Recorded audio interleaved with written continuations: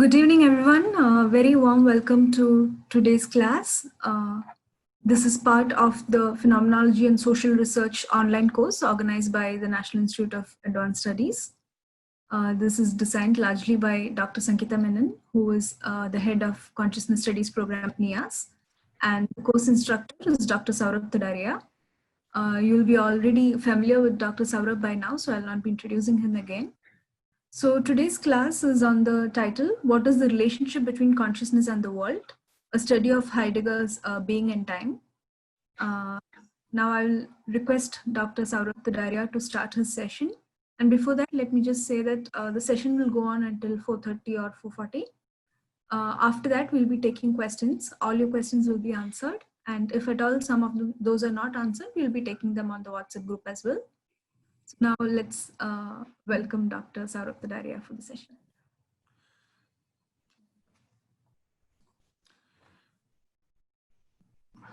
Thanks, Meera, for the generous introduction. Today, as Meera has suggested, that has told us that today we will be discussing Martin Heidegger. So before discussing Martin Heidegger, let me tell you what we are actually aiming at in today's class. So as some of the people I know in audience, they have already worked on Martin Heidegger, studied them, but some of the people might not be familiar with Martin Heidegger. So just to introduce him very briefly, Heidegger is considered one of the most influential philosophers of the 20th century, along with Wittgenstein. And his book, Being and Time, is considered as the one of the most seminal philosophical work of the 20th century. And Heidegger's stature in philosophy is almost same as the major thinkers like Plato, Aristotle, Hegel, Kant. So that is, in fact, Ala Badiou, who is like a major philosopher, alive philosopher right now. So he called Heidegger as the last universal thinker. Broadly, Heidegger has been by the interpreter by Heidegger, various philosophers has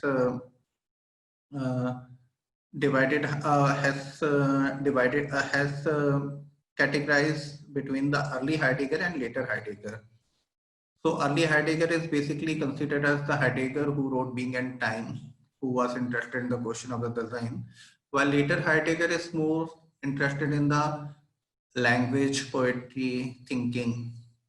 So in this, it is very difficult to deal with all aspects of Heidegger's thought in a single lecture, because those of us who have dealt with Heidegger's work, they know that how difficult as a philosopher he is.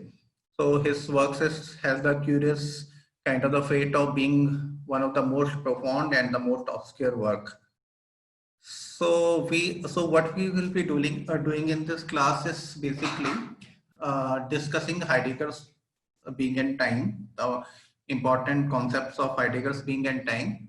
And in Being and Time, he mainly analyzed the structure of the human existence. That what does the human existence mean? So one might ask the question that of the human existence.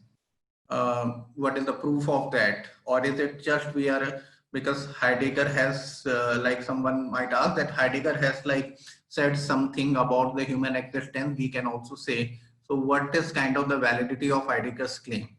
So this problem, like one thing is that we cannot like any claim on the human existence, on the humanity cannot be verified the way we verified the scientific claims. So there is not the empirical evidence of that which is out there. So the only way we accept, as we had discussed in the very first class, to discuss any kind of the philosophical theory, we see how coherent is the claim, how it is, how much coherent it is, and how much it can coherently explain the experiences we are having. So Heidegger's work had stood the test of time because most of the theories of Heidegger's and his pointings on human existence in a large way has influenced so many fields. Like it has influenced not only philosophy but also psychology, of subaltern history, history per se, cinema studies, literature, art, music, most recently in the philosophy of illness, health, and all the and even the artificial intelligence also.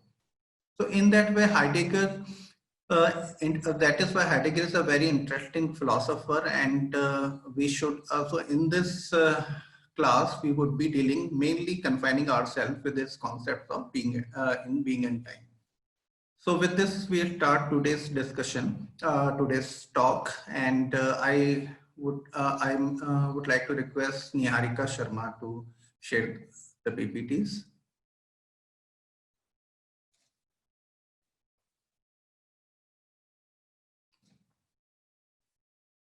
Yeah. So as I said that we are today discussing Martin Heidegger and mainly his being and time. Can you turn the next PPT?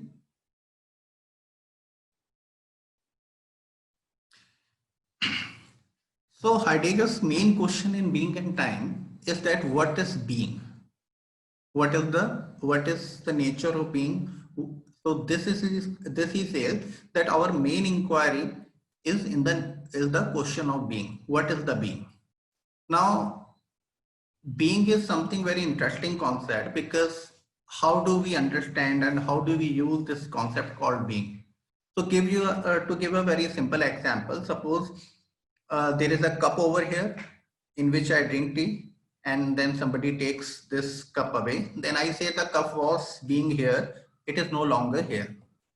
Or some friend has visited me, he was here for some time, so I said, okay, he is there. And when he leaves, then he is no longer there. So, Heidegger says that we understand being in the terms of the presence. What is? So, when we say the chair is, this means chair exists. So, existence is something which is related with the being. The being is something which exists. So Heidegger says that being is something has to be understood in the terms of the existence which is there. So any kind of the things like table is, chair is, my friend is there here, like that is all things which are there. They involve the existence, the concept of the being. But as he says that what is this is denotes the beingness of the thing, their existence. But we need to clarify, understand what is this isness. So Heidegger says that this doesn't mean that we don't know anything at all about the being. There is the average and the vague understanding of being we have. Like for example, we know that chair is, car is, my friend is here. So their isness, we know that their existence is there. So is being presence, because as we have discussed, this means that being is something which is present here because we use the being in that way. Somebody who is no longer here, or for example someone who passed away, we say okay, there was a person there but he is no longer here, so his being is like disappeared into the nothingness. So he said that being is basically understood in terms of the presence, and this presence, there is a kind of the privileging of the presence when we discuss the question of the being. The things which are not present, we say that they are non-existent. Their existence is no longer here. Now Heidegger said that being should not be understood as an entity. We understand being in terms of the entity. Like he says that the history of the Western philosophy is the history of the being. We have to understand the history of Western philosophy in terms of the being. So like Plato talks about the idea, or the Descartes or Spinoza talks about the substance, Nietzsche talks about the becoming, or some like Aquinas and other talks about the God.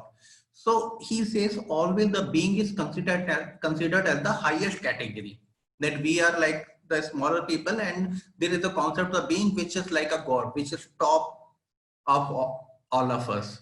So this has been defined either in the name of the God, becoming, idea, substance. But he says there is a mistake because all the time they are considered as the thing, the object out there, the thing out there. Now can you next PPT? So Heidegger's, now the thing is that Heidegger has his own peculiar way of defining the things. And when he was writing the Being and Time, he used many concepts which has not been used traditionally. And in that way, he has come up with a new kind of the concept, new kind of the vocabulary, which we have to understand in the Heideggerian terms. So one of the category he gave is the Ontic-Ontological Difference. Now what is it? Now again coming back to that, he says that there are the entities in the world like table, chair, electrons, or historical objects. So they are like the entities which are out there, which are outside in the world. So he says the entities are studies in the ontic manner. So their studies is ontic. What means? Because whenever suppose if we are inquiring into the nature of the chair or the nature of the bottle of the tree, we can interpret or we can explain them in the terms of their physical properties which is there. For example, if we want to analyze some car, so car should be there. If the car is not there, we cannot analyze the car. So their beingness is exhausted by their presence. So he says that any kind of the scientific or the empirical study, they comes under the category ontic inquiry. They are the ontic inquiry. But he says, if we want to understand the being, this is question of the being, or it is an ontological inquiry. So first he makes the difference between that ontic and ontological. So the physical things which are out there in the world, the empirical thing, there can be the empirical inquiries into the nature of them, but the being is not something which is the empirical entity. It is not the entity which is outside here. So we need a altogether different kind of the inquiry, which he calls as the ontological inquiry. So this is what the task of the Being and Time, that we have to do the ontological inquiry. Now he says, now he suspends this question.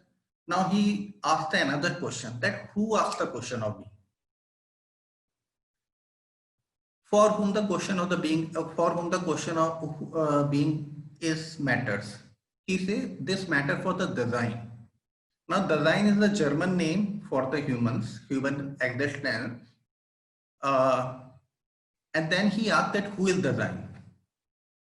Now design and design is of course the human being, but they cannot be defined in the terms of some general characteristics like the rational animal or the psychological entities. He says no, that is not the way to define the human. For him, the design is that for whom the existence is an issue, that the existence should be an issue, like people like you, me, and some other person. For each all of us, our existence is an issue. We always ask why we exist. Why don't we to be or not to be is the question, to be in the Shakespearean term. So always the existence an issue. We want to make sense of our existence. So this Heidegger define as mindness. So, and why there is not what is design?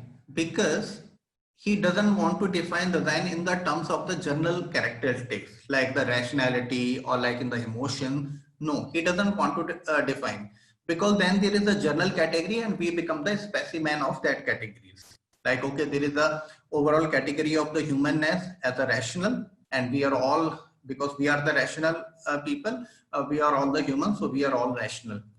No, he said in that way the design cannot be described. Design has to be described in terms of its own singularity, its individuality, and how you claim the individuality of each person. One can only claim the individuality or the singularity of each person on the basis of mindness. I am the part of the society, but I am also myself, because the existence is an issue for me. How it is done, we will see in the later design. So we are the design, because for us the existence is an issue. We ask the question, what does it mean to exist? So this Heidegger says we is called as the fundamental ontology. So in the fundamental ontology, he inquires the nature of the design, nature of the human existence. What does it mean to exist? Next slide. So design is not the Cartesian subject. Some of you who have done the earlier classes must be remembering that in the both of these classes we have discussed about the Descartes. That Descartes talks about the subject and object. That there is the subject like the self, and there is the object which is out there. So according to Heidegger, that design is not the subject. Now what is design? Now we will come to this. First of all, he gives a very interesting terminology which is called as a practical disclosure, ready to hand or to hand design. Now to understand this, let us just think that how do we make sense of the word? When we open our laptop, so this laptop is something which is required for doing the for zooming in or for typing my paper or reading something. So there is always a kind of the practical concern with laptop. Suppose if the laptop doesn't work, there is some problem, virus get into it, then we started to analyze it. Okay, what is the problem in the instrument? What could be there? Might be the hardware and the software problem. Then it becomes the theoretical object. So according to Heidegger, whenever we see the things, there is always there is a kind of the practical understanding of the thing. I enter into the classroom, I see the chair not as a wooden object, but as the place where I can sit and I can comfortably listen to the lecture. So this is kind of the practical context in which we understand the thing, and suddenly there is some problem with the chair or problem with the speaker of the mic, then suddenly this background, this practical thing, it become a theoretical object. We started to analyze, okay, what is the wrong with that? So according to him, first of all, our understanding with the what is the practical, we understand the thing not as an object, but as the tools, as an equipment, and thereafter only they become the object when we no longer pursue our everyday task with them. So this differentiation has been also called by Gilbert Ryle, another philosopher, as the difference between the knowing that and the knowing how. So he says there is a difference. So there are some kind of the concepts, some kind of the things like in the scientific analysis, there is a knowing that, there is a conceptual understanding of the thing. But in the everydayness, there is we operate on the basis of knowing how. Like for example, when I ride the bicycle, at that time I don't use the conceptual categories. When I suppose when I'm riding the bicycle and the curve comes, at that time I don't use the mathematical or the principle of the physics that I have to take such an angle so that centripetal force doesn't apply on me. Nothing like this happen. On the basis of our embodiment, our learned practices, or what he called as the ready to hand practical experiences or practical capacities, we know how to cope up with the situation. And when the things break down, when the things no longer function, when this laptop or the bottle from which I am giving the lecture and I'm taking I am sipping the water from this bottle, and suddenly it like breaks down, then it becomes the theoretical object. So the breakdown brings the theoretical comportment, which he called as the Vorhanden sign. So what Heidegger means, the practical dealing with the word is primary, and the theoretical is on the basis of that.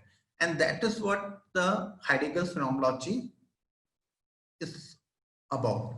Because Heidegger, we have to go explain the phenomena as they are. So we are experiencing the world as the practical entities, as the equipment, as the object, and then only the theoretical things come. But at the same time, he says we don't see a thing.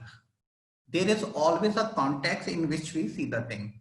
For example, I'm using the laptop. I know that I have to sit in the chair. This is already in my background. I have to use the laptop so that I can zoom in, so that I can make sense to the people, and they can ask the question, and this gives the meaning to my life. Okay, I have done the lecture satisfactorily. So there is always a context in which we interpret the things. So this Heidegger called it the in order to. This is the in order to relation. So Heidegger gives the example of the hammer. What is hammer? Like when a person who is in his workshop using the hammer. Now this is very interesting example, and lot of your question might be clarified by this queries. When suppose a person in his workshop enters and uses the hammer. So when he uses the hammer, he knows, okay, the context that I have to use this hammer, and he just carry on with his work. And he just not blindly using the hammer. He knows that not conceptually, but there is a background. He knows that he have to do this work so that he can make a particular object, so that he can deliver the supply, so that he can earn the money for his family. So there is a kind of the context already laid down in which this hammering activity takes place. Now suddenly this hammers break down. Then suddenly this background, this practical, what he called as the practical coping with the word, it gets halted, and suddenly the things become theoretical. We started to analyze the thing.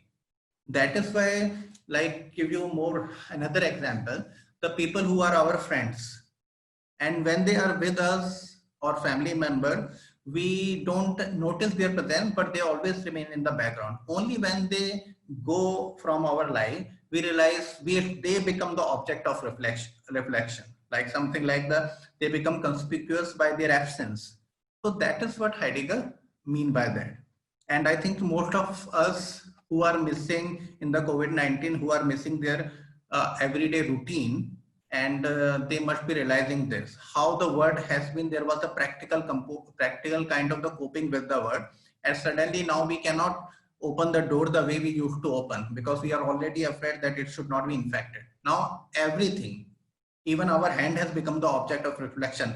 Otherwise, when we were in the usual circumstances, when we were talking to some other person, while talking we always used to carry our hand to our, as a facial gesture, to our face. But now we are now whenever we are doing that, we are at the same time remain aware whether this hand is sanitized or not, whether have not touched some other place.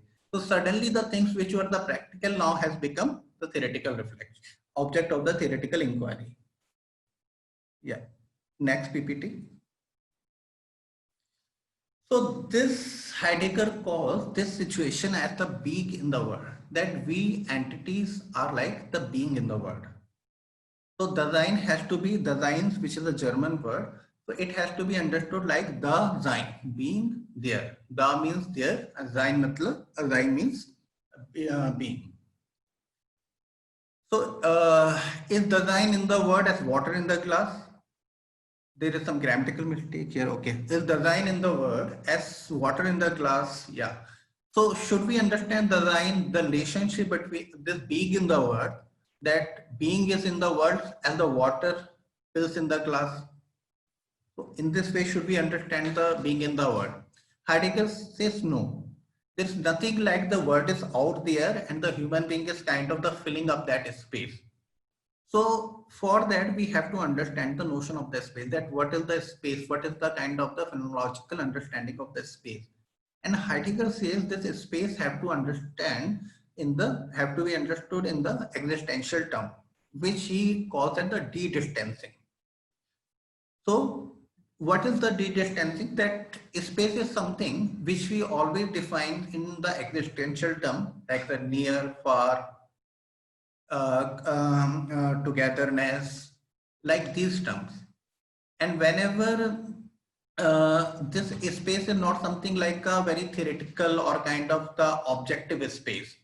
So for example, before COVID-19, whenever we used to go to some space, like in any open space or in some cafe and all that, restaurant. So that was a meaningful space for us. It was very near to us.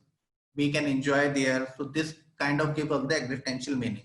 Now when we enter into any kind of the restaurant or any kind of the public spaces, now this space become threatening because this become the site of the infection. If there are so many people around, we can get infected. So that is why this space has been always, according to Heidegger, the space is always interpreted in the existential terms.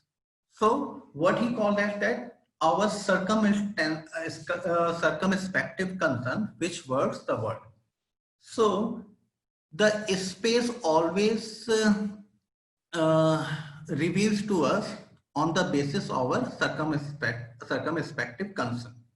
So what is our background? What is our concern in the world? For example, I have this room, because in this room, when I have to give the lecture, it would appear differently. Then I will look the furniture in altogether different way, whether it is something like suitable for giving the lecture or not. When don't have to give the lecture, just to enjoy with the friends in this room, then I won't see the furniture in that way. I just see that how many friends can be accommodated here, how can we have a good time here. So this is our concern, which words the word. So wording the word means the word shows its being, it's become meaningful on the basis of our concern. So according to Heidegger, we dwell in the word. The word is something which is which gives us a kind of a orientation in the world. So that is why he gives an interesting example of the left and right. He says, suppose in a dark room, the things in our rooms, the things which are at the left side, they are shifted to the right side, and the things which were in the right side, they are shifted to the left side. And we don't know about it, and we enter in this our dark room. In the darkness, we enter our room, then we will be disoriented, because the left and the right, that give us this spatial this gave us orientation toward the space. So if you change the settings of the room, then we will feel the disorientation. That is why many people who comes shift to the new cities or the new surrounding, at the start they find very difficult to adjust there, because what is lost is not about like some psychological anxiety or problem they are facing, but this is basically more existential in the terms of their not being able to orient themselves. Only after some times when they get oriented to that new spaces, then it becomes familiar. So according to Heidegger, this shows that we are being in the world, that there is the background of ours. Only on the basis of that we make the sense of the things. So this he calls as the facticity, that we are thrownness, that we are thrown in the world. The word is not something which is out there, but we are already in a context, situated in certain kind of the cultural and the historical and the practical context, and only on the basis of that context we make sense of the things. Next slide. So this Heidegger called as the thrownness. This is thrownness. Now he uses two words like Befindlichkeit, Stimmung. Befindlichkeit is finding oneself in the word, German word. Affectedness, Stimmung means the mood. Now why Heidegger want to use this thrownness? So he wants to show that our understanding of the word is not only the theoretical, on the basis of the subject-object dichotomy, that I am seeing the word as an object. There are it is also there, but there are some other kind of the disclosure, other kind of our relating to the word, and that is on the basis of the emotions. So most of the time we remain attuned to the word on the basis of our state of the mind. The word affects us. The person, a person who has moved to the his friend's place, so he find it comfortable. So the surroundings he will define in terms of which are the familiar, which are something welcoming. Another person who is taken to the detention camp, For him, the mood would be the different. The same objects, the people would look threatening to him. So he said that we are always affected by a situation. There is nothing like we are not like that we are only neutrally gazing at the things. The people, things around us on the basis of our situation, or they affect us. So this is the way we relate to the world. So for him, the moods are disclosure. Now this disclosure means that they also tell the truth about our being, because generally emotions and the moods and all these things has been defined as the in the subjective framework, that okay, there is a word out there and our moods colors them, right? That if I'm the, so this is the like a very kind of the hackneyed kind of the example, that if you are happy you see the word happy, if you are like unhappy you see the word unhappy. And this assumes that there is a word is in itself in neither good or bad. It is our subjective emotions which makes us to explain the things in the way we experience. According to Heidegger, this is the fundamental mode of disclosure. This shows the truth of our being, that our relationship with the world is always on the basis of some moods or some emotion. There cannot be a kind of the neutral engagement with the world. Hence, he says that it's various kinds of the moods like the anxiety, joy, boredom, depression, etc. They reveal the world in the different way. So this is what he said, that these are not the subjective, but our the way of being in the world. So being in the world is the something who relates to the world and to the others on the basis of these emotions like the anxiety, joy, boredom, depression, etc., etc. So this is the phenomenological analysis of the being in the world. So what phenomenology or Heideggerian phenomenology is dealing with is not the abstract human being, but the being which is there, who has to be defined in the terms of its there-ness. What is this there-ness? Like his background, his throneness, where he is thrown. So this there-ness is like studied by the literature, art, and through the qualitative analysis like the caste, gender, religion, conflict, illness, etc. So when we see like in the various literature, art and the cinema, we see that the people who has been defined in the various kind of the tragedies, comedy, dramas. So these are not the abstract human being. These are the human being which has got the situation, who are located in some like of historical and the social situation they are located. And even in the social world, when through the qualitative analysis, when we define the human being, so there is nothing like the abstract human being we are dealing with. The people make sense of the world on the basis of their thrownness, the caste, gender, religion.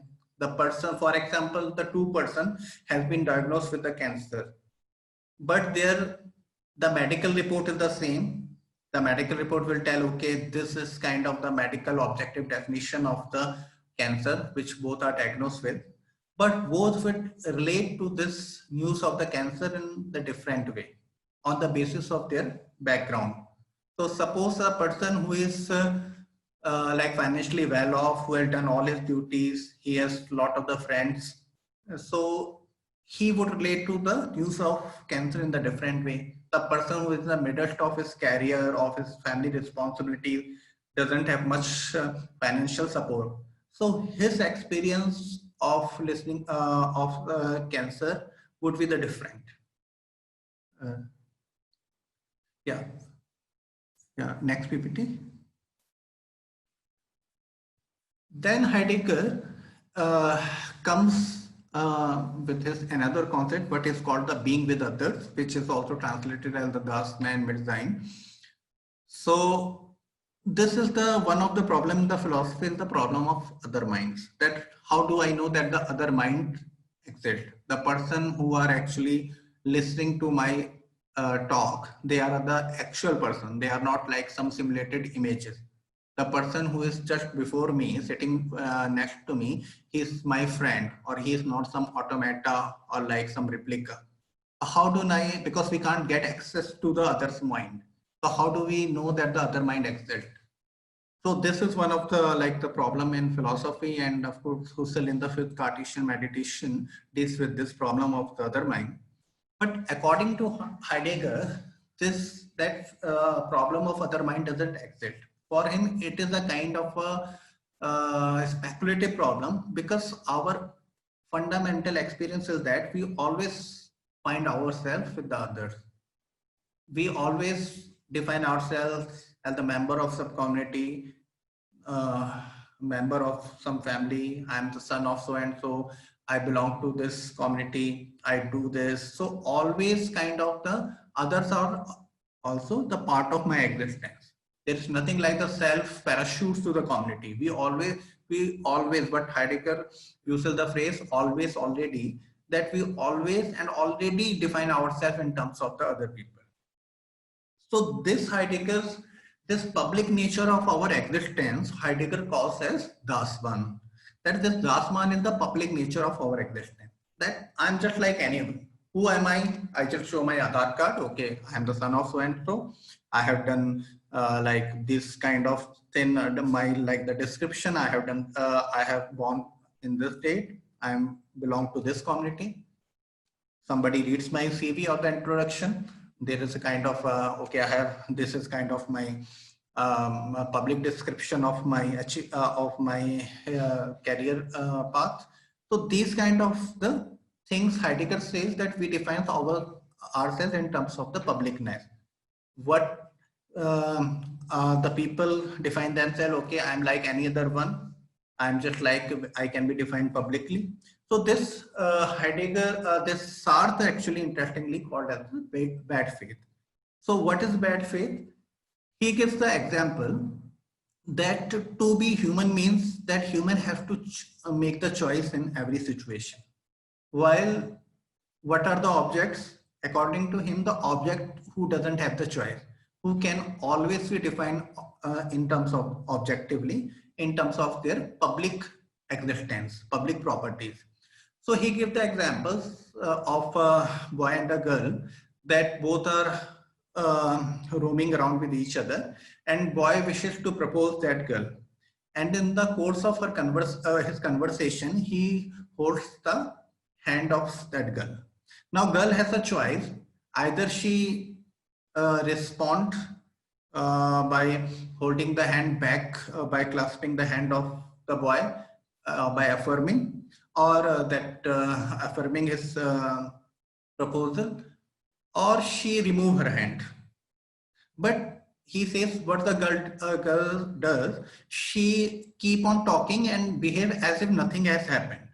So this Sartre says that what she has done, she has made herself as an object. That because the object doesn't have any choice. So that is what the Dasman, this is the example to drive home the concept of Dasman, that we become a kind of the object. We define ourselves in terms of the public properties. Somebody says, okay, why you have taken this career? Because my father has said that this had a lot of career choice. Everybody was doing that. So I also thought this would be the good career example. People ask why you have built your home in that. So yeah, because everybody was doing that, newspaper was saying that. So this is you live just like they live. That is why he uses the concept Dasman as they. So you understand yourself in the terms of the they. So this is what he called the fallenness in they. So we kind of fall into the they. We don't want to choose ourselves. We just drift around in the world, just everybody else is. So this Heidegger called as the inauthentic life, Uneigentlichkeit. In the inauthentic life, we just become like any other person. We don't make the choice. We don't choose why we exist.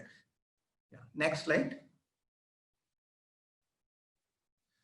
Now this kind of so far we have described Heidegger's interpretation of the line in terms of the thrownness and the fallenness, that we are thrown into a situation, we are already in a situation.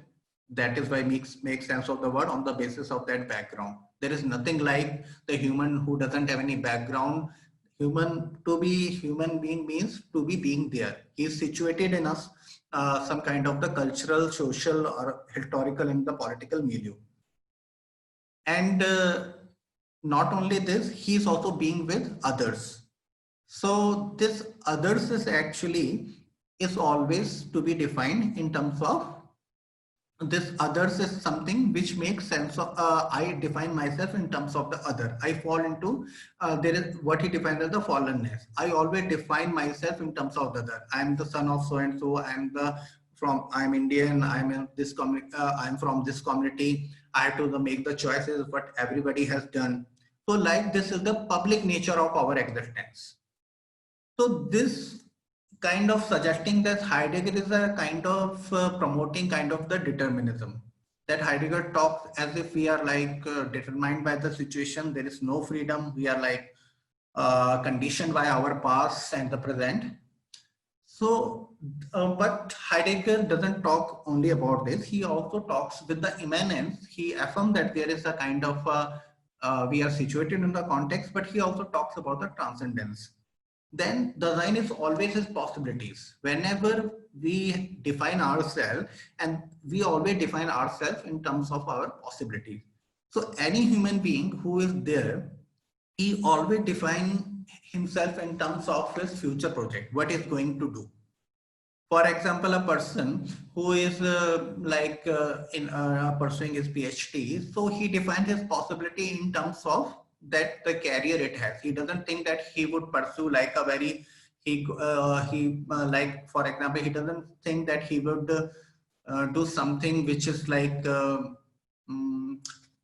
which is not in the which is like practically impossible. For example, I cannot think that the people who are living in the democracy, they cannot think that they should go back to the autocratic regime. There should be kind of the renewal of the king and the subject end of the thing. So that options are not available. So we always define in terms of the practical possibilities. What are the possibilities which are available to us on the basis of our context and the situation.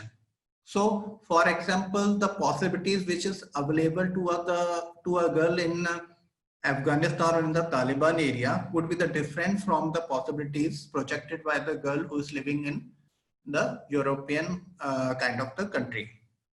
The kind of the possibilities which a person can project in a very peaceful area would be the different from the kind of the possibilities a person who is in a conflict-ridden area he will project.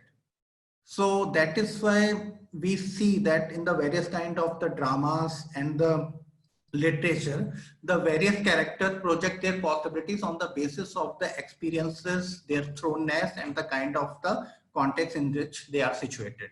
So Heidegger talks about the throne projection. So the freedom has to be understood not as an abstract entity, but on the basis of our thrownness. So we project the possibilities on the future. That designers always try to explore its possibility, to actualize its possibility, and he always interpret himself in the terms of the future, that he is going to do this in the future, he will do this or that. So always this project making, throwing future involvement is always remains in the horizon of design. So that is why Heidegger says design is always ahead of itself. So he is not like the context bound only. He is like nothing like the determinism, but he always thinks how he go ahead of itself, how he can throw the possibilities which he can realize in future. So that is what this is what defines design's life. That is thrown into the situation and he always projects the possibilities to the future. Now, death is the end of all possibility. Death is something very central to Heidegger's philosophy. And he says, as long as we live, we always project the possibilities on the future. Even the person who is in the deathbed, he always keeps on making the plan that how he's going to write his will, what he would do if he survive actually. So human beings always project the possibilities on the future. But death is the end of all possibilities. Only the death is the thing where human being cannot throw any possibilities, because the death is the possibility of the impossibility of design. Design is no longer being. Design ceases to exist there. So death is kind of the impossibility of design. So there is no possibility he can project in the face of in depth. That is why I was listening to one interview of Nasiruddin Shah. So he was talking about the acting, and he says while quoting some person that you cannot act death because the death is an absence. Any kind of other emotion you can imitate, you can learn, but death is something which is the absence. So it cannot be imitated. So that is why death, Heidegger say that it is the possibility of the impossibility of the Sein. The Sein is no longer there, so it is the end of all possibility. So according to us, now why Heidegger used the death, concept of death? Because he said death is something which individuates me. Because death is always about my death. All my public functions, all my public roles will be taken up by some other person when I will die. Someone other would become the head of the family, or my place in the office can be taken by some other person. But everything will be taken. My object can be used by some other person. But I have to die my own death. I cannot outsource my death. That is why Leo Tolstoy is fascinating and riveting a story. The death of Ivan Ilyich here portrays this. The individual Ivan Ilyich, who has written what is his agony, because he thought that when he diagnosed with a fatal disease and he was about to die, so he was just thinking that how he alone is dying. Everything will be taken by some other person. His public role function, the world will go on as it is, but he is dying. This he cannot share with some other person. Everything he can share with some other person, but the death he cannot share with some other person. So according to Heidegger, the death individuates her, because death is always about my death. So individuation causes the angst, anxiety. So this angst or anxiety is like in the face of the death, Heidegger experiences, in the face of the death, we experiences anxiety. Next PPT.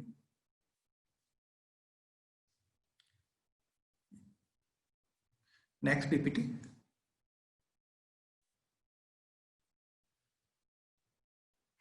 So this is the very central concept in Heidegger, especially in the section 40 of Being and Time, about the anxiety or the angst. So anxiety is not about something particular or specific, unlike fear or some other kind of the things. When I know I am afraid of this thing, or the psychological kind of the anxiety, I am anxious of my examination. He said, no, nothing like this. Anxiety is something which is not about, we don't know that what we are anxious of. It is not about something particular or specific. What happens in the experience of anxiety, the word feels strange. It loses its significance. There is kind of the uncanniness. So hence it is not psychological but existential. According to Heidegger, it is also a disclosure. It also tells the truth of our being. So he says that in the face of the death, when we know that only my death is all about me, so we have to face our existence. So what happens? This makes me anxious. And he says that in fear we run away from the things, in anxiety we run towards the things. So when I suppose I'm afraid of some person or somebody or like some object, so I will run away from that. But in anxiety we face our existence. We face the question of our existence and we don't want to face that. And we again run towards the thing. We again like start to, whenever we feel this anxiety, existential anxiety, we just busy ourselves in like in the Facebook chat or like in some other things, kind of the things which will keep ourselves occupying. So that is why he says that in anxiety we run toward the thing. We again fall to the publicness. Okay, I will die just so people just start to explain the existence or the death in the public terms. Oh, I will also die as other person die. We should be happy in the face of the death, everything. So again, this public interpretation will come to the fore. But in anxiety, what happens? All kinds of the comportment get checked. that word doesn't looks meaningful. Neither it looks meaningful from the practical point of view, nor from the theoretical point of view. It is kind of, we feel the nothingness of the existence. And some of you people must have experienced that, suppose if someone, for example, if someone's near or dear one passes away, then we experience that, suppose we don't know how to, and when we come back to our house and after some time, we see some of the object he uses, like his spectacles or his like a stick or like his book or whatever. So we don't know, so there is a kind of the emptiness in that. We cannot define the spectacles or the book used by our dear ones as something, the object, like the book, theoretical term. Nor we think, okay, this is the chair he used to use, now we will use that. We cannot define the practical term. There is something like unexplainable about that. So that is why people used to treasure the objects of the people whom they love. So there is some meaning they try to, because there is some emptiness in there. So there is the nothingness of the existence. We don't know that what is actually bothering us, what is kind of something by which we are feeling the anxious. So the inability to define in some kind of the practical terms or in some kind of the specific term, this is the nothingness of the existence. So Dasein is basically, according to Heidegger, essentially uncanny Unheimlichkeit. Thus, Dasein is something, whenever is faced the question of his existence or the death, he feel uncanny, because the death is something which only he has to die. So he cannot define the death in the public terms. So that is why he feels lonely, alone in the face of the death. That is why he feels uncanny. So he always kind of the homeless, not being at home in the world. Suppose if there is suppose if there is no death and we are the creature who always predict our future, then we have never asked this question, because we can always define our existence and the work in the public terms, in the terms of everybody. But the death is the only thing which we cannot in the publicly, because this is about myself. It only points out to me, and this cannot be defined in any kind of like publicly available language. So this makes Dasein authentic. When Dasein knows that he's actually, this is about that in the face of the death, he realizes about his singularity, it's about his individuality. This makes Dasein authentic. So authentic's good translation is actually German Eigenlichkeit, which is actual translation should be owning up. Like when we face the issue of the death, we own up ourselves. We know that we have to take the decisions of our life.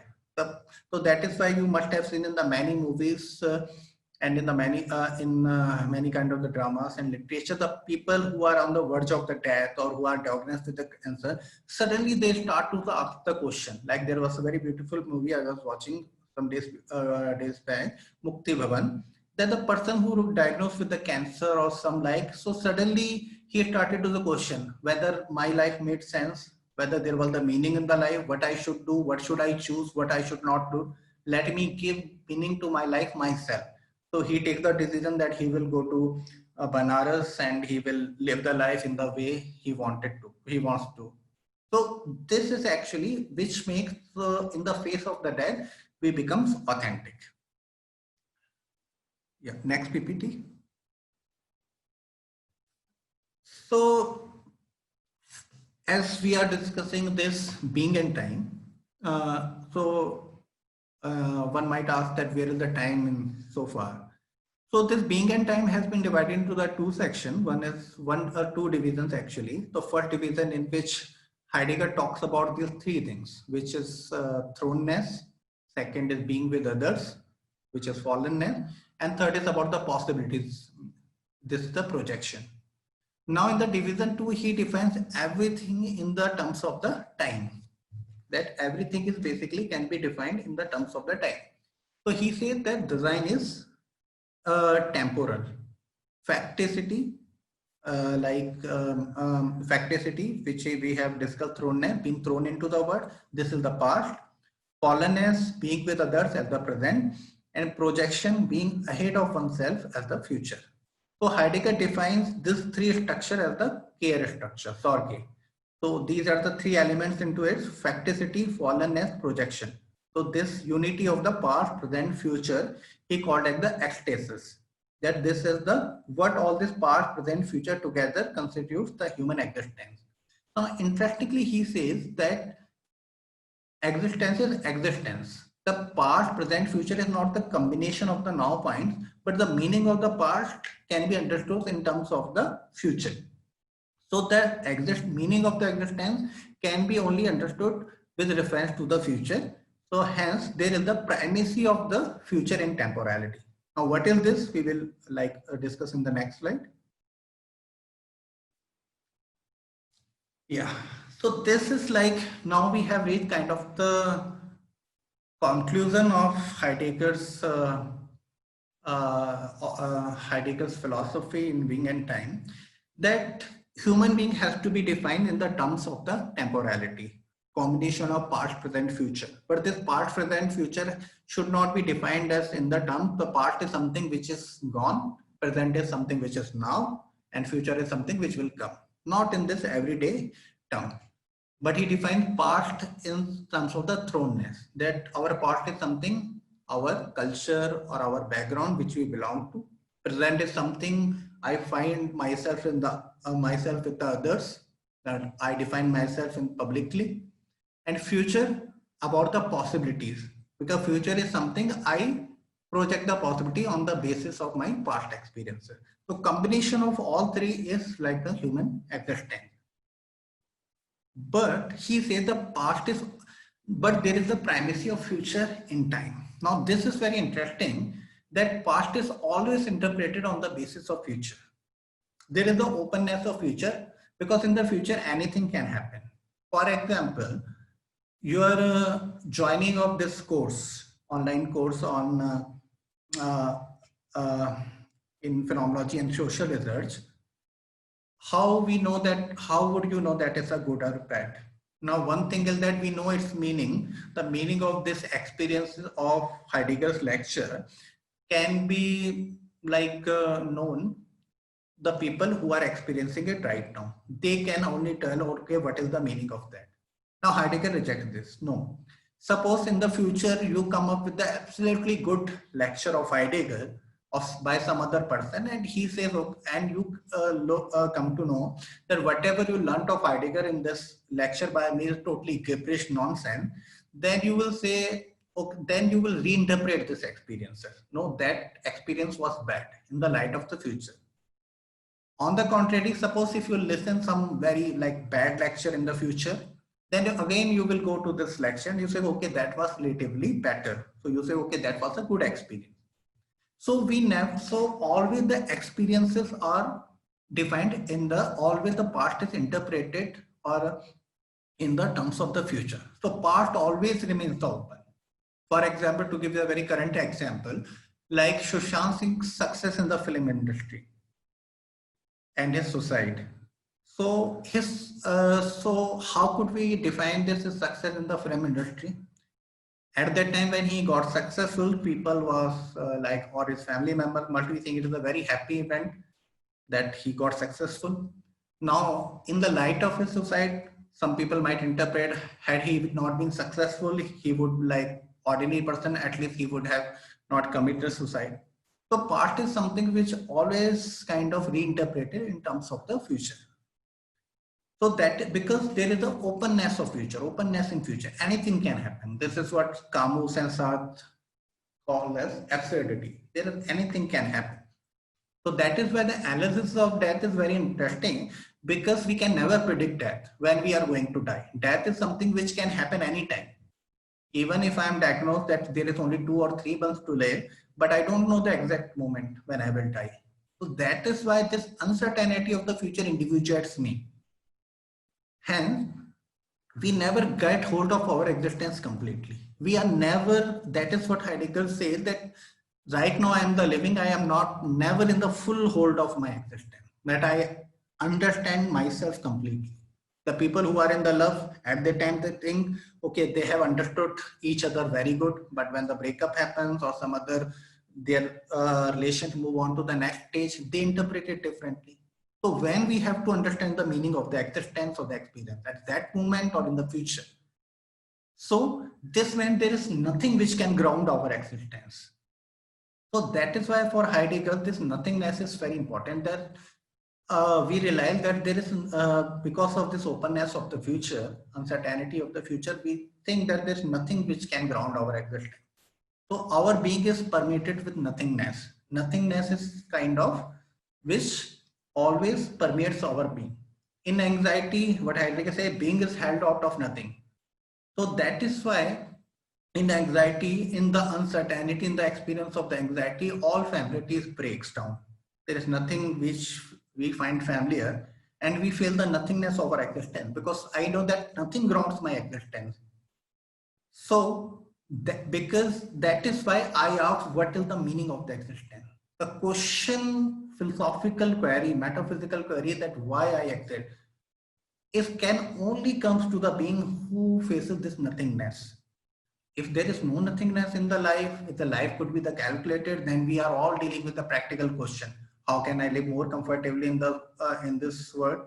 Why the next iPhone I should purchase, or what kind of the people who can help me in doing this work? Like all these practical questions. But why I exist? Why this existence matter? Whether I should live or die? What is our existence? Why there is a being at all? There, why I exist? This question only, philosophical question only come to the people who faces the nothingness. When nothing can, when they cannot interpret the experience in terms of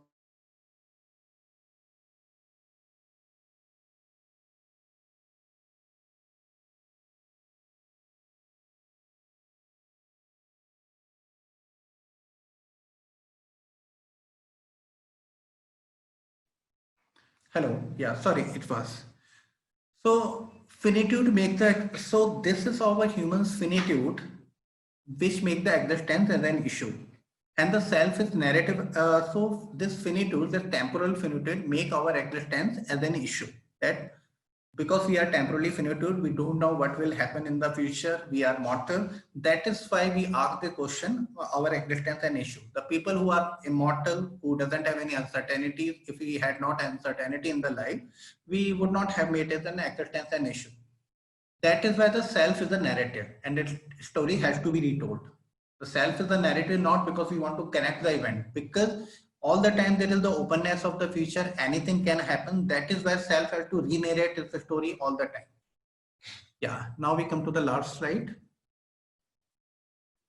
So this is actually in the earlier, this is the end of kind of Heidegger's being and time, so which I have tried to give in a kind of the main ideas I try to discuss of being and time. But there is a later Heidegger also, which we cannot discuss like in this class, or because that requires altogether kind of a whole lecture it will require. But later Heidegger is also very important. So I will just discuss very shortly, briefly in this. That later Heidegger basically ponders on the language. He says that language is the house of the being, and poetically man dwells. What does that mean? For him, that we can understand the being through the language, which is the poetic language.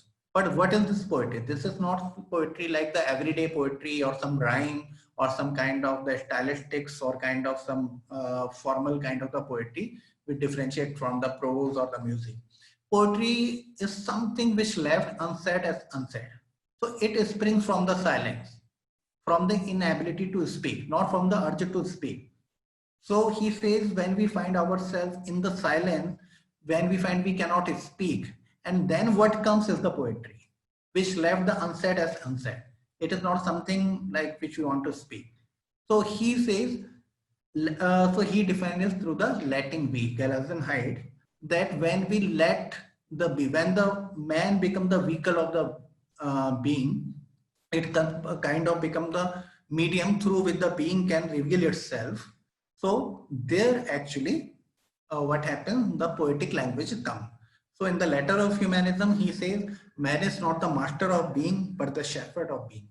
So he said, when man ceased to become the master of being, because right now, because of, he also spoke on the technology, that currently that we are, if we always remain busy with the things, mastering the things in the calculative mentality, like the people who are daily writing a lot of the articles and all these kind of the things, or speaking, or everything become the calculating. He says, man, that is not the man's destiny.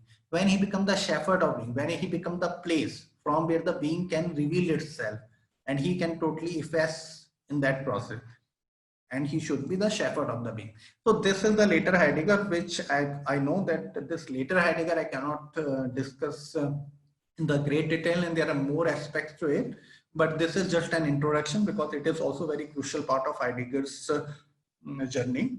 So with this, I thank you all for your patience, because I know this is a very longish lecture, and it was very difficult to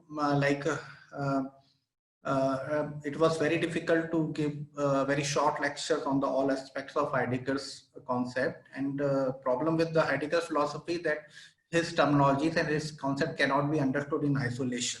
They have to be like defined in terms of if there is a kind of a comprehensive understanding in the of his philosophy, it makes sense. So yeah, thank you very much. Thank you so much, Saurabh sir. That was a very lucid talk. Now, I'll take some questions. We have a lot of questions in the chat box. Now, if there are more questions, please put them up in the chat box. We will take them one by one. So we have the first question from Shaunak Fadnis. Are you here, Shaunak? So the question is framing the question of Dasein in terms of who and not what deliberate? Why not ask what is Dasein instead? Yeah, so this I try to answer in my talk.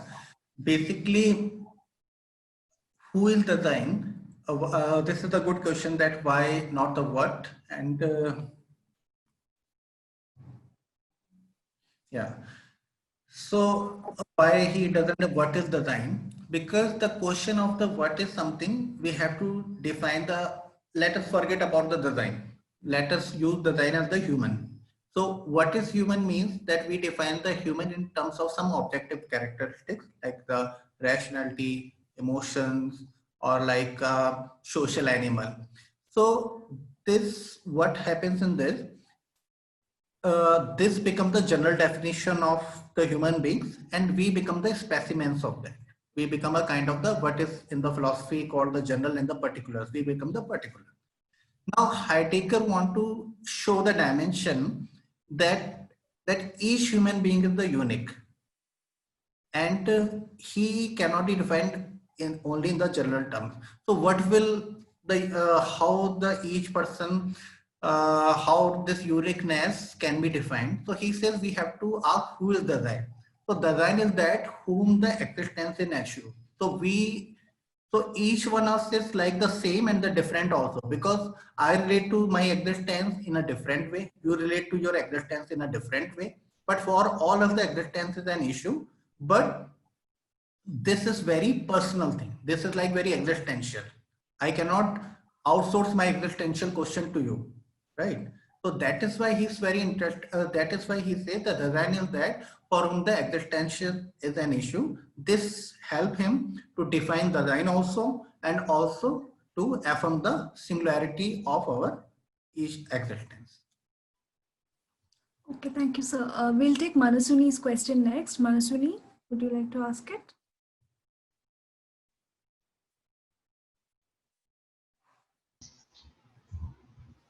Yeah, can you hear me? Yeah, yes, we can hear you. Okay, thank you, sir, for the great lecture. So my question is in terms of the practical disclosure component of what we discussed. So doesn't, while reading Heidegger, I also came across the term taking care, and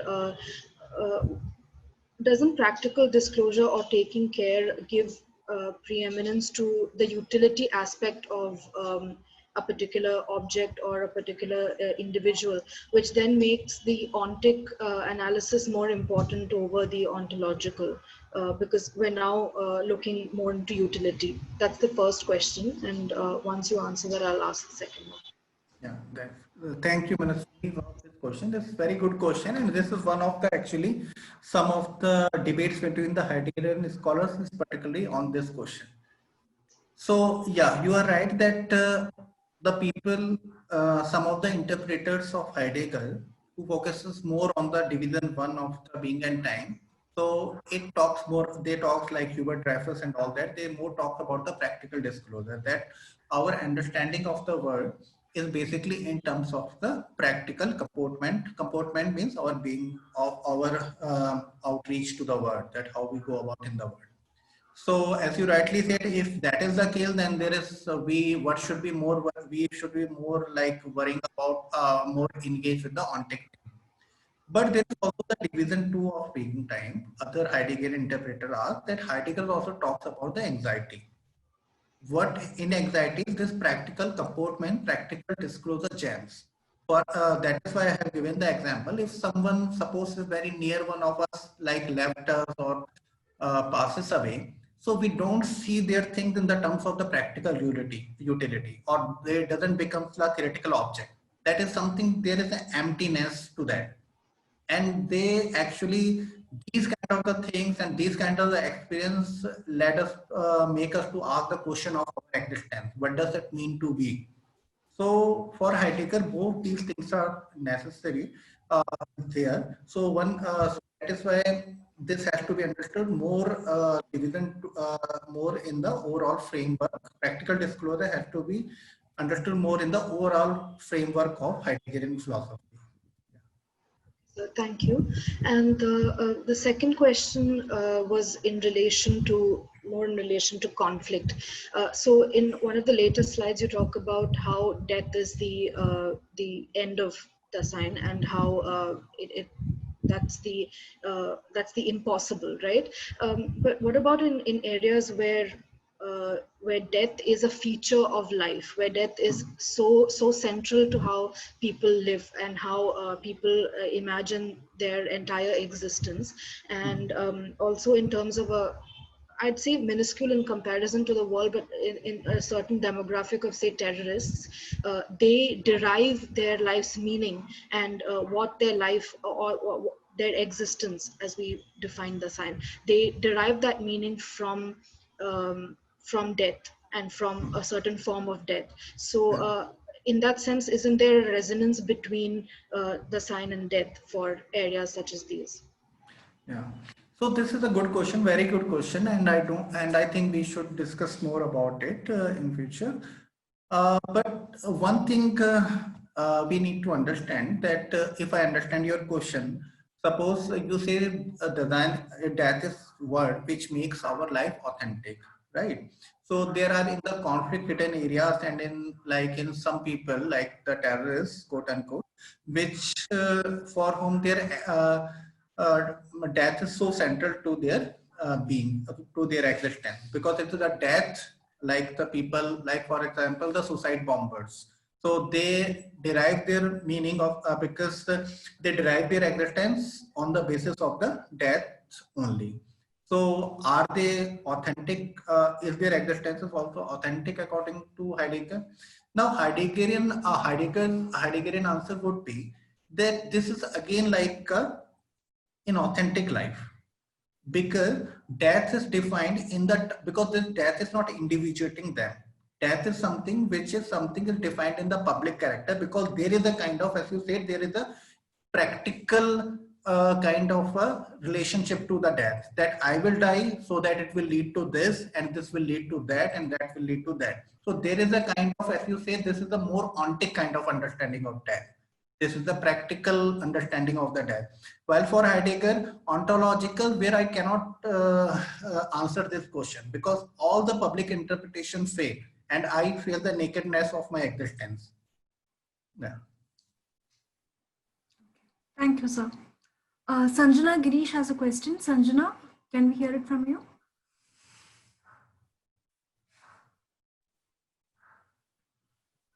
Sanjana, are you here? Okay, wait, can we read her question? We can read it. How does, okay. Okay, she has come.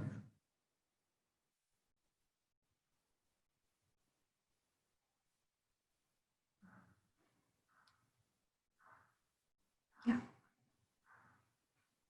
Yeah, she's muted, I guess. Yeah, I can hear you now. Yeah, hello. Yeah, we can. So I had two questions, but the first question you already answered, so I'm going to ask the second question. Was so when you spoke about how in the face of death we are faced with like the singularity of our existence and we have to make a decision. Are you talking about making decisions again in relation to the public existence of our life, or is that related to kind of the point you made about moving from immanence to transcendence? So what happens in the face of when we are faced with the singularity of our existence, what happens and what kind of decisions are we making, if that makes sense? So,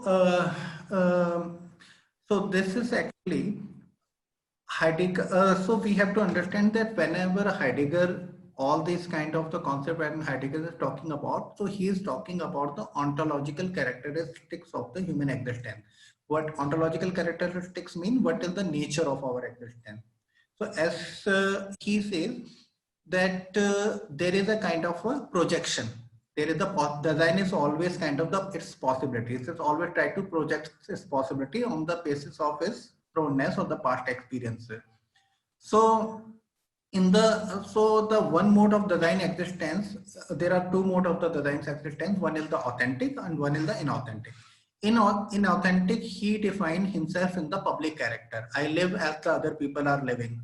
But in the authenticity, there is nothing like that. He become, Heidegger also said, doesn't become totally individual. He left the people and live a solitary life. He said nothing like this, but he relate to the others in the altogether different way. It is like he knows that he is scripting his life. So this individuation becomes the central to existence. So that is what the analysis of death defines, that there are two modes of existence. One is the inauthentic, where we fall in terms of the day. Like if somebody dies, we say, okay, everybody dies, so I will also die one day. So, but I have to live my life. Just everyone is living. I have to enjoy, do what the others are doing.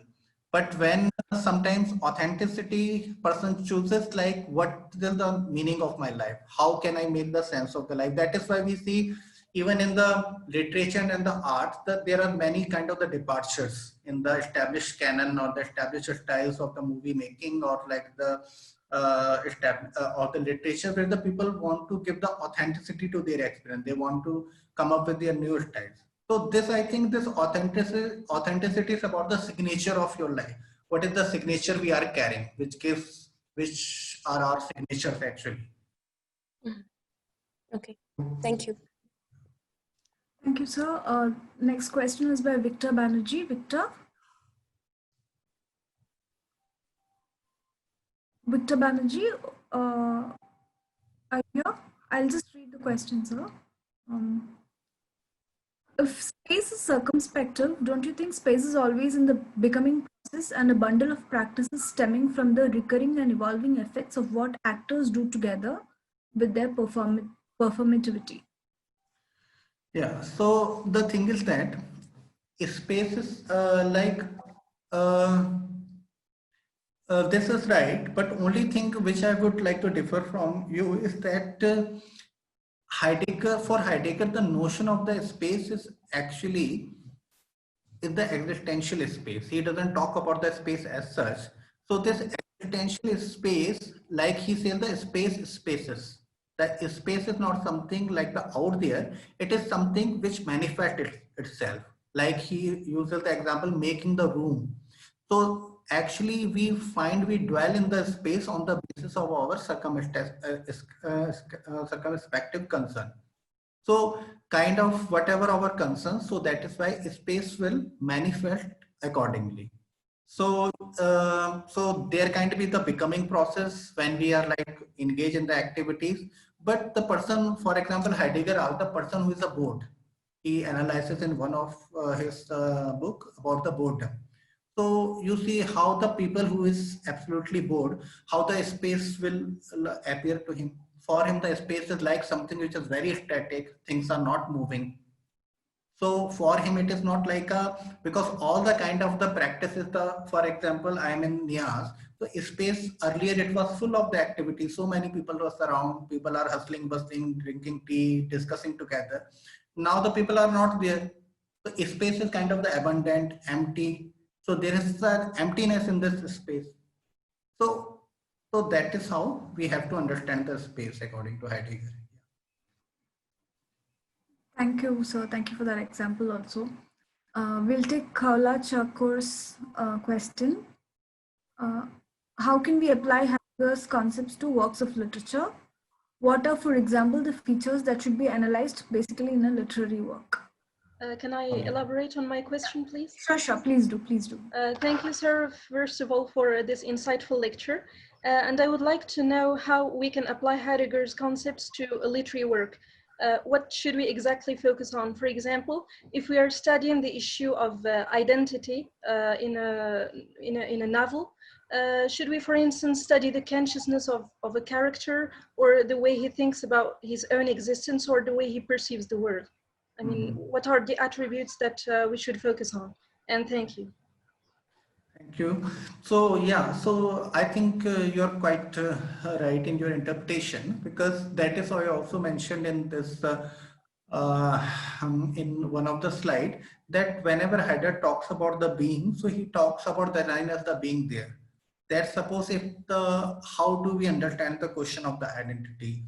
Like one is like the political understanding of the identity in terms of the publicness, in terms of some descriptive characteristics. One is that how one makes sense of one's identity, how it is something like it has to be understood not only in terms of the thrownness, his situation, but also in terms of his experiences. That is why the people Heideggerian always come, like even in the female identity, they come up with like there are the different kind of the experiences. The people like subaltern feminism is different from the different the woman who is experiencing in the subaltern, that is the different from in the European context. The rich, the upper caste woman, and the people, the woman from the Dalit caste, their experiences are altogether different. For example, Gopal Guru in the Crack Mirror, he say that an upper caste woman who is like acting in the stage, and showing the pride, showing the predicament of a Dalit woman. For her, the option is available because she can always switch on and off from the role. She can switch on that role, and she can also switch off, go away from that role also. But for a Dalit woman, that option is not available. So for her, so that is something very lived experience of the Dalit identity or Dalit experiences she is having. So there is some kind of the thing which cannot be represented by the person who is like try to articulate that. So I think this is what actually while analyzing the identity or kind of the literature, we have to see what is the clues which are left by the actor through his act and the speech, which can suggest this kind of the there-ness. Yeah. Okay. Now we'll take Padma Shree's question. I think the second part has already been answered, but she's asking, how is being different from consciousness? Also, does phenomenology deal with what it means for human beings to be a human being? Yeah. So the thing is that as phenomenology talks about how something has been experienced. So we experience, so according to Heidegger, we experience ourselves as the being which is thrown into the world. So we never experience ourselves as the consciousness, right? We don't experience that we are consciousness. First of all, I describe myself as the human being which is thrown. I'm a Saurabh. I study there, I'm born there, I will do that in the future. I project my possibilities on the future. There's nothing like only in the philosophical discussion and kind of theoretical discussion, I have checked out, okay, there is a characteristics called consciousness which combines all of us.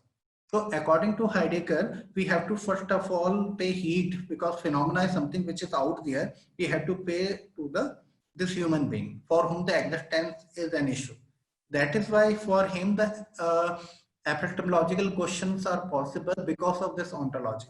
Because for us the existence is an issue. That is why we are asking the question, epistemological question. That is why our interest in the knowledge, because through the knowledge we want to understand ourselves better. Now Manutuli is asking if Derrida's concept of absence has been derived from here. Okay. I'm not sure what. I'm not sure Derrida talks about the absence, but yes, he talks about the difference. Difference is something which cannot be like captured. So it is like something which he calls the play between the absent, present and the absent. So both Heidegger and Derrida, that is why Derrida was inspired by Heidegger, because Heidegger says that being is not entity. Anything cannot be defined as an object. So you cannot define something as a presence, because when we say absence, we make absence into a concept on the category. Both Heidegger and Derrida just try to use the language. That is why the language is very difficult. They don't want to come up with the concept. They want to displace the concept. So that is why for them there is a mix of the literature and the logical language. So yeah, that is there. Manaswini, we will take your next question maybe later because we are running a little short of time. We will take Rudrani Gupta's question on is anxiety the same as Camus' absurd? Yeah, no, I don't think so, because the Camus absurd is something like the nature of the existence. Because the existence, both Camus and Sartre says, I think his book Strangers, this novel Stranger, that talks about the absurdity. And of course, Sartre mainly talks about the absurdity in his various stories and novels. So absurdity, because you cannot predict anything. Anything can happen to the life. I'm just going for the interview, job interview, and like the person I met an accident. So this is absurdity. No logic can govern the life. But for Heidegger, this anxiety is something which is in the face of the nothingness. The face of the nothingness, when we find that there is nothing which grounds our existence. Because in the ordinary life, we say, okay, this is this being belonging to this religion, belonging to the Indian community, belonging to such nationality, that gives meaning to my life. Or if I become the member of some religious communities, it's kind of its philosophy gives the meaning to my life. So he says in that we say that nothing which grounds our existence, then everything can become the contingent. So this makes me anxious that I don't found any ground of my existence, and I have to realize that I have to write my own story. No, but I cannot outsource my story and my existence to some other person that he can write. I have to carry my signature. So this is what anxiety is all about. Thank you, sir. We'll take a question from Richa. Richa, are you here? It's a slightly long question. Maybe you can ask it yourself. Richa?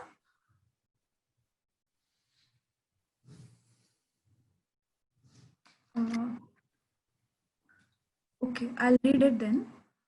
How does one understand one's relationship with the world then if one does not look at from the perspective of others?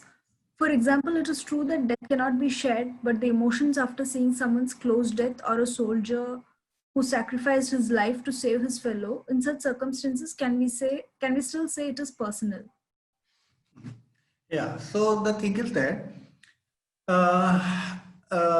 that there is something like that is why I gave you gave the example of I quoted Nasruddin Shah when he said that death cannot be acted.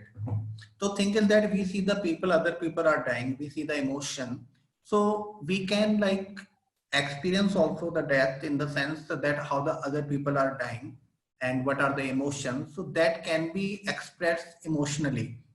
But and what happens after death, how the other people feel, but death cannot be acted, because the death is an absence. It is kind of an abyss which does not define any kind of the categorization. So that is why for Heidegger, we, of course, that is a very, like Heidegger doesn't like deny that the people are not dying and we don't feel emotional. But the question Heidegger asks, can we define death? Can we, because that is a kind of that is kind of the catch-22 situation kind of, because you can only know the death when you die, and when you die, you are no longer there. So death is kind of an abyss, which cannot be like categorized or can be like represented in any kind of the language. So since we are on the subject, Lakshmi is also asking, is death the only realization that triggers anxiety? Yeah. Yeah, so this is in Heidegger actually death not so interesting thing is that Heidegger uses the death about the anxiety, but what is the purpose of it? It is not Heidegger mean that all the time we think, okay, I'm going to the die, so let us become more authentic. That is not what Heidegger means. What Heidegger brings through the concept of the death, that the dimension of our existence, that one of our dimension of our existence is the publicness. Like we interpret ourselves in terms of the another, but there is another dimension of our being when we individuate ourselves. We ask all the question, what is the meaning of my life? Why, how can I carry my signature? What is the meaning I will give to the life? How I become an individual, singular person. So this can come through any kind of what through the limit experiences. What Heidegger or the existentialist, other philosophers say, other existentialists, that in the limit experiences, like in the terms of the anxiety and other kind of like even as you earlier question asked, even in through the some other person death, we can become we can ask this question to ourselves: what is the meaning of my life? How do I carry? Should I also die? Other person are dying. So that, so they, yeah, of course there are many kind of the experiences, but only thing is that Heidegger would say that this authenticity only comes when we face the nothingness. It is not like I can feign it, I can pretend it. Okay, I just sit one day and just think about what is the meaning of the life. It comes like suddenly something is happening, and we suddenly ask the question, why do I exist? Is it making the meaning to my life? So that is why he said the human being is something is between the being and nothingness. So he cannot control nothingness. This experience comes itself. So that is why he says there is a primacy of the future. Only the future will help us to reinterpret. Yeah. I think Anita Kumari is so more or less on the same topic, and you must have covered it. So we are running a little out of time. So may I please request the rest of you all to please put your questions in the WhatsApp group, and sir will definitely answer them. So Sevji and Paul and others, Atyush also, please, I request all of you to put your questions on the WhatsApp group. We'll be opening it shortly. So thank you, sir, for the presentation. I want to remind you about the mandatory readings for the next class. For the next class, we want you to read Perception, Normativity, and Food in Merleau-Ponty, The Spatial Level and Existence Space by Maria Tellero. I will again put it up in the WhatsApp group. And the suggested reading is Overcoming the Myth of the Mental, How Philosophers Profit from the Phenomenology of Everyday Expertise by Hubert Dreyfus. So it will be on the title Embodied Approach to Consciousness by Merleau-Ponty. So yeah, thank you everyone for your participation and for all the questions. We'll take the rest of them in the chat box for discussion. And thank you very much, sir, for the great lecture. We thank the Menon also for organizing this, and Niharika Sharma for always being here, and Abhishek and Ashwini and everybody in the team CSP. Thank you, everyone. We'll see you again next week. Thank you.